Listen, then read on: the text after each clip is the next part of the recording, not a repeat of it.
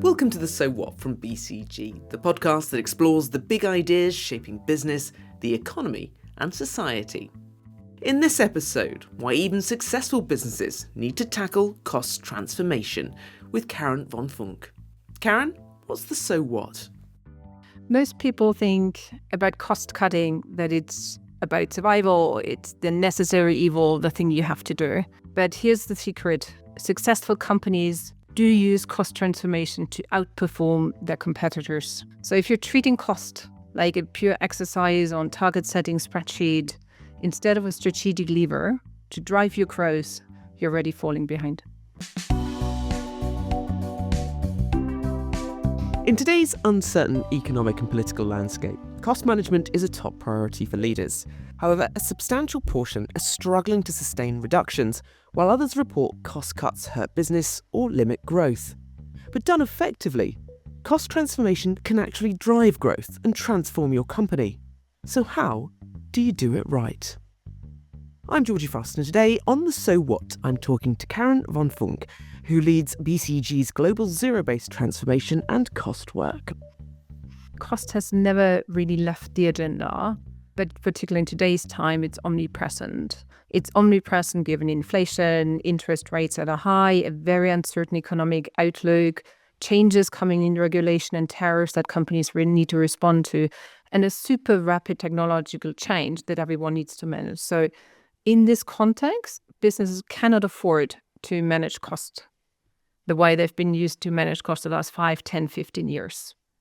And also when you look at CEO priorities for this year, for 25, 1 out of 3 CEOs does see cost management as their number one priority to bring their business forward.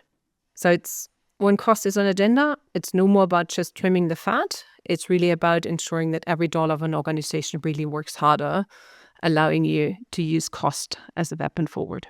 So what does that look like? Cost management, you say, over the last 5 years, the way of doing business, it just isn't going to cut it anymore. So what will? What will?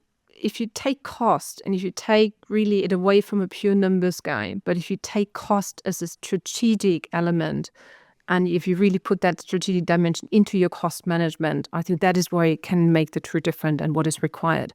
It's about having the visibility of what are you actually spending your money and your time on as a starting point. It's about understanding diligently what's the value of everything you do as an organization, where you actually put your money. And it's about ensuring that you drive the ultimate value out of the spend you're having.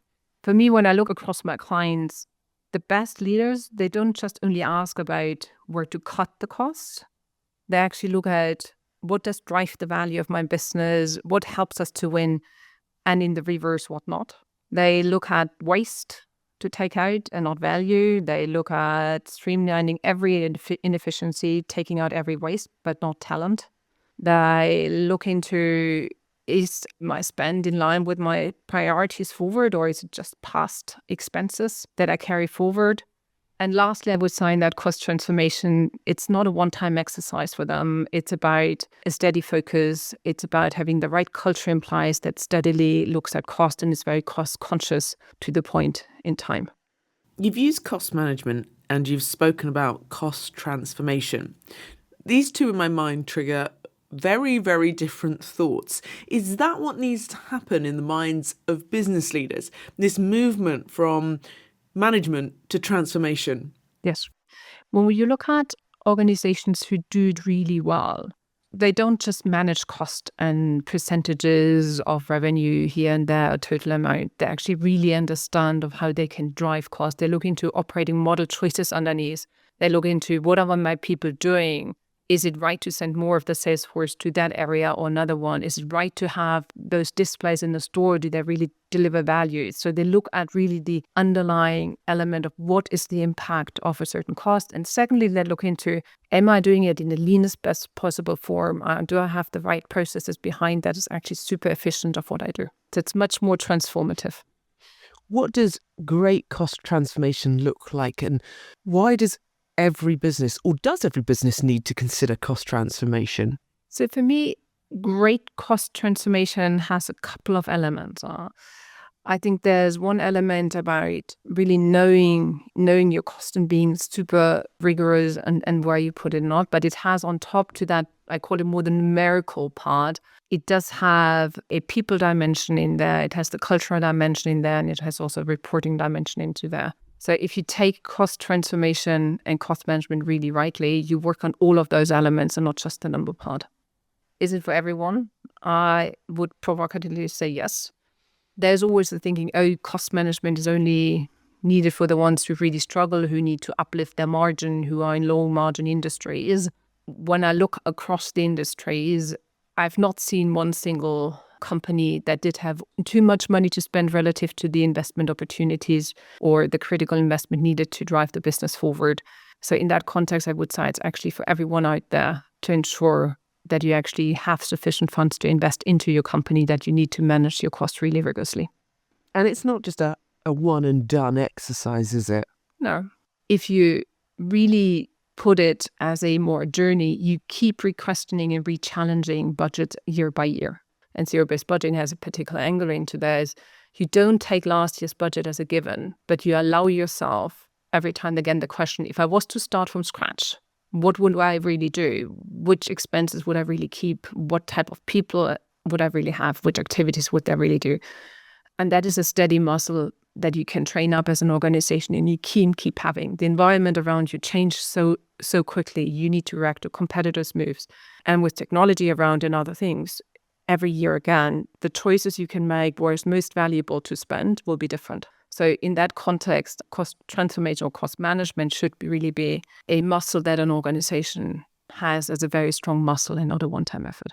At the start, when I spoke about the substantial portion of leaders who are struggling to sustain reductions, others report cost cuts hurt business or limit growth. It was a BCG report actually that I was talking about there. Why do you think they're coming up against that? Is that because of the limited sort of approach to it, that cost management, the squeezing the lemon as you thought, they're not thinking big enough about a cost transformation? What are some of the biggest mistakes that you're seeing companies make when undergoing cost transformation? I think over the years, there's been a set of mistakes that are a bit of a recurring pattern also, honestly, when you look into why companies don't have that recurring muscle. I think one of the first ones is when companies are looking to reduce cost or free up cost, there's still a tendency to cut a bit the question of the easier to cut muscle versus the fat part, because it's not always so easy to really identify where the fat sits, because many companies don't have the full visibility, or also some taking out the fat sometimes is harder than actually cutting into the muscle. It's quite often the tougher work where you need to fundamentally look at how you do things, operating model choices and things underneath, versus cutting a bit into the muscle is sometimes the easier part. It's also when companies are very short-term incentivized. The short-term savings are quite often the easier to get, but they actually harm your midterm and longer-term growth. The second part is more around actually people. I see a lot of companies who actually fail to be explicit also to their teams on why are we doing that? Why are we so heavily working on cost? What's the benefit for us as an organization? What's the benefit for you as an employee? Why are we doing this as an organization? And why do we want the organization to go through the pain of changing, of doing things differently? What's the benefit behind it? And if you're not strong in that communication, you'll face more resistance, you'll have challenges in morale of teams, and you also sometimes lose talent if that is not done really well. And the last part, I think, on mistakes, if you see it as a one-time effort, take the spreadsheet, filled out the initiative lever list, and off we go. I think that is the other part why it actually fails. If you don't put it into your ways of working, if you don't get it into the culture of the people, if you don't make it a steady or the lift behavior from the leadership side, if you don't bring it into annual budgeting planning, if you don't bring it into your performance reviews, if you don't create some of that recurring dimension in there and make it a one-time fix, costs creep in really quickly again. I want to talk about the people aspect, because it can be quite a disruptive time for staff, and you don't want to lose your best people. So you spoke there about strong communication. I mean, that's one element, of course, but there must be lots of other elements to try and bring staff along with you. You know, they want to see where this money and investment is going, surely. For me, there's an element when you do cost transformations, the why element you've already touched on, why are we doing it? That is certainly critical. But also it's about when we do cost transformation, we do it with the organization and not for the organization or against the organization. Now, that is never trivial, of course, in particular when you think about the magnitudes of 15, 30% of cost reductions or money we're freeing up through those exercises.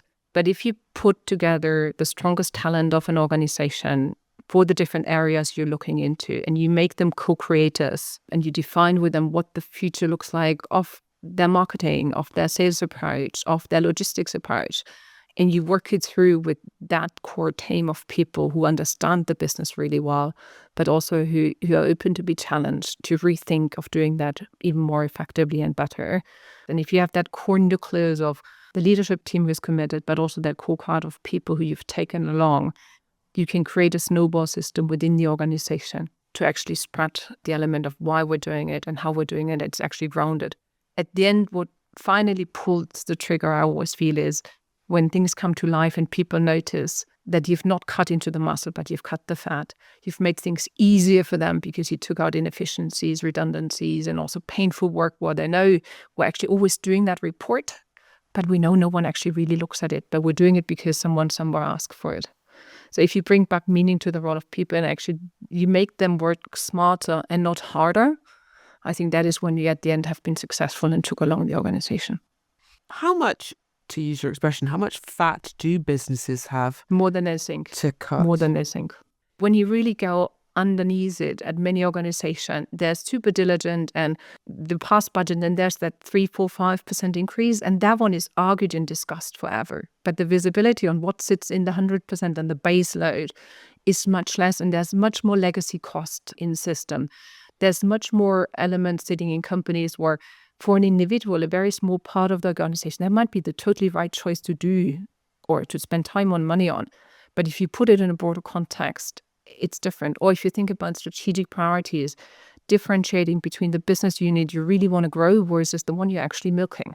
Or a new product launch will require very different resourcing than something that is out there for long in the market. Or at a pharma player, when we went through their customer service, it was very undifferentiated across their different parts of the business. Yet the patients had totally different needs from that customer service hotline. And it was totally fine that the one was only reachable throughout daytime hours, and the other one actually was critical to be a 24-hour with really strong qualification, whereas the other one really just needed affirmative help and then could pass on to a doctor for more critical need if needed. So understanding that differentiation, there's much more fat in organizations than people actually think. I want to focus a little bit more on the growth element to cost transformation, that it's not just not overspending, which of course nobody wants to overspend. It's not just getting a pile of cash sat there. This is actually using that money to invest in other areas of the business that could therefore see you grow. So explain that. Are there any examples where this has really worked fantastically? I think the base for it is when you've gone through understanding what really your costs are and what drives value or not, you have a very, very good understanding of a certain type of sponsorship really works well, or a certain type of Salesforce program works really well out in the market. So you have a strong understanding of what are really those value-driving buckets. That is one of the anchor points where if you put more money behind, you actually know where there are the areas where you can make the biggest return and have the biggest impact behind it. So for me, it's always when people say, oh, I want to spend more, I go like, yeah, let's spend the money smartly. Let's make sure that we put every dollar where actually you can create that exceptional value. And there's a bit of portfolio approach sometimes, but it's also a question about forward-looking where those priorities are, or also, importantly, where are the critical capabilities that you need to build. Been working in the consumer space where everyone knows that digital marketing and influencer management and influencers are very critical capability to build. The company had been shifting money into it, but the capabilities were not yet there to really get the maximum out of that spend. So it's also those moments where just putting more money behind will not change or not drive the impact. But if you take it while you put the additional capability in place and then put additional money, because then it will really drive your sales. It sounds like there's a lot of moving parts. There's a lot of knowledge that's required from lots of different areas of the business to get this really right. What does that involve, especially in really huge companies? Or do you give a level of autonomy to certain departments? How would it work? So when you take it also from a ZBB spirit, we would split the organization down in different groups of functions or spend types. And then we would take them across the entire organization. So all logistic cost or marketing cost or selling expenses or financial expense, like finance-driven expenses, all IT, wherever sit. Yes, you need then for those specific areas that you take, you probably need a group of 12, 15 core people from an organization side to really work it through, in particular with the core people from the business side who actually are consuming, who are driving that part of the spend. You have some people who understand the type of like IT spend really well or logistics spend really well, finance procurement help. But with that cross-functional team, I always have my 2 large family pizza size rule of core people to engage. You can actually very well work through the core principles of what you want to do in the future and how you want to do things in the future better in a first round. And then in a second round, you of course cascade it down to the individual business unit, to the individual countries and say, look, if we take that perspective and those are the core areas where we want to be putting money or not, let's work it for your market in Germany, for that respective brand, how exactly that applies to your spend and what are the specific consequences you take for your business. But that initial effort you can do actually in a fairly focused group of people if you put the right people into a room. You said ZBB there, so zero-based budgeting or zero-based transformation. Is the only method for businesses? No, it's not the only one, but it's a very powerful way of managing cost and way of transforming your cost base. Is it better suited to some businesses than others, or? Well, it's better suited to companies who are really willing to look at their cost fundamentally and companies who are willing to not just scrape out the 3, 4, 5%. I think if you are in need of an additional 2, 3, 4, 5% of productivity, there's other ways to go about it. I think it's very well suited for companies who also are willing to free up more significant, like the 15, 20, 25% of their cost. It's very well suited for companies who are also in itself driving more fundamental change also in their organization, and companies who are particularly also looking into freeing up money that they can just reinvest and where the current cash flow just does not allow them to fund the respective investments. How does zero-based transformation differ from other cost transformation methods? For me, ZBT or zero-based transformation do put you in a different context when you run a cost transformation. And there's a couple of, I call them the ingredients of the magic sauce of zero-based transformation. It starts off with a very diligent understanding of the transparency of what are you really spending. You would be surprised, but a lot of organizations don't have that really good understanding and probably have 20, 25% of the cost that are unclear where they're going or time. Then we put in a governance. We take it and really as a business-driven exercise, we put in a governance, we go across the organization, we break silos. So that part is also very specific to ZBB. And then that very data-driven, very analytical assessment of what is really the cost that we're keeping. I always go back to the old fairy tale story where there's good and bad, and I put the good cost in one part and the bad I take to zero in ZBB. That should not exist at all. And then the good I take and I optimize and take out any waste.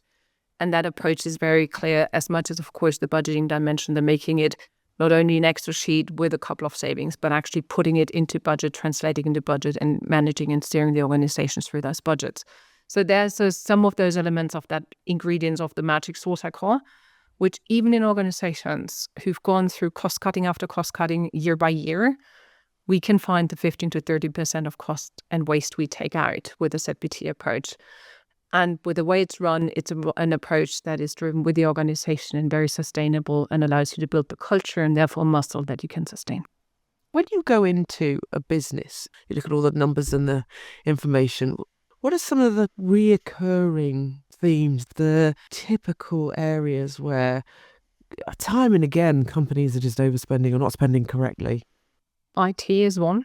And I know IT is always seen as it's so critical with all the technology changes around us that we need to invest. And I'm totally with it that IT is a critical investment. Yet the way IT is spent, projects are being decided, projects are being run, equipment, software licenses, tons of them existing, sitting somewhere that are not being used. So there's a lot of on that side, actually, on the IT side is a typical one that keeps coming up. It's the same when you go into the marketing field, how agencies are managed, like how many iterations do we need to get to a advert or not? Can we be more efficient? But also, what are we actually spending the research we're mandating and giving out? Is anyone really using it? Reports that are being done. Everyone gives input on what they like to have in a report, but who actually really uses it? Do you take a decision based on that report that is different or not? So we've spoken about the so what, but what about the now what?